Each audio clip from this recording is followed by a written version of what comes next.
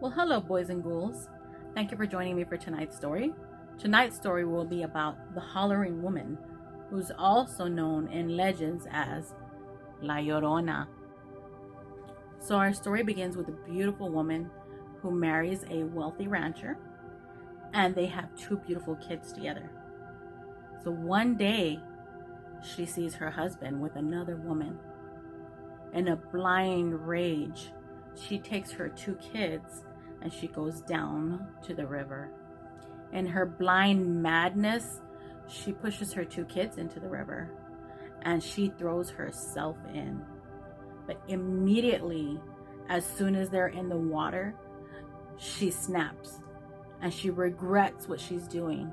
And she starts trying to save her children. She starts screaming for help. She starts swimming towards them, trying to pull them out of the water. And she's trying to reach them, but the current is strong and it's pulling them and pulling them down the river.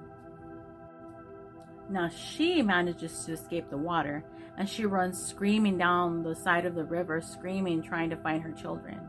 Now, some people believe that the children may have escaped the river and ran away from their mother because of what she did, out of fear. All we really know is that they were never found again. Later, people would see her walking along the river, still searching. She searched for days, she searched for weeks and months, and it turned to years. All the while sobbing and crying and hollering, looking for her children. If she would see any children playing along the river, she would run to them and grab at them, trying to see if that was her child. After many years of regretting and suffering for what she did, she finally threw herself into the river. Many years after she threw herself in, people would say that if they were walking along the river, they would sometimes run into the woman in white.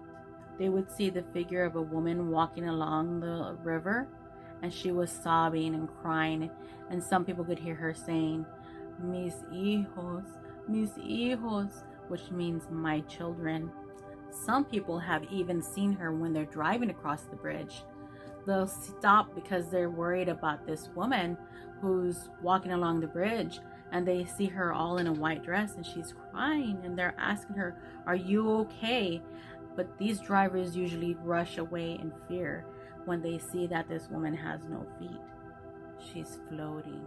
Some people have said that she's tried to lure them away because she thinks you're her children, until the woman in white gets closer and they can see she's half a skeleton on her face. People who live near the creek or the river, they've heard her crying and her sobbing and her suffering for what she's done. So whether you believe the legend or not, if you want to be safe, you best get superstitious. Peace.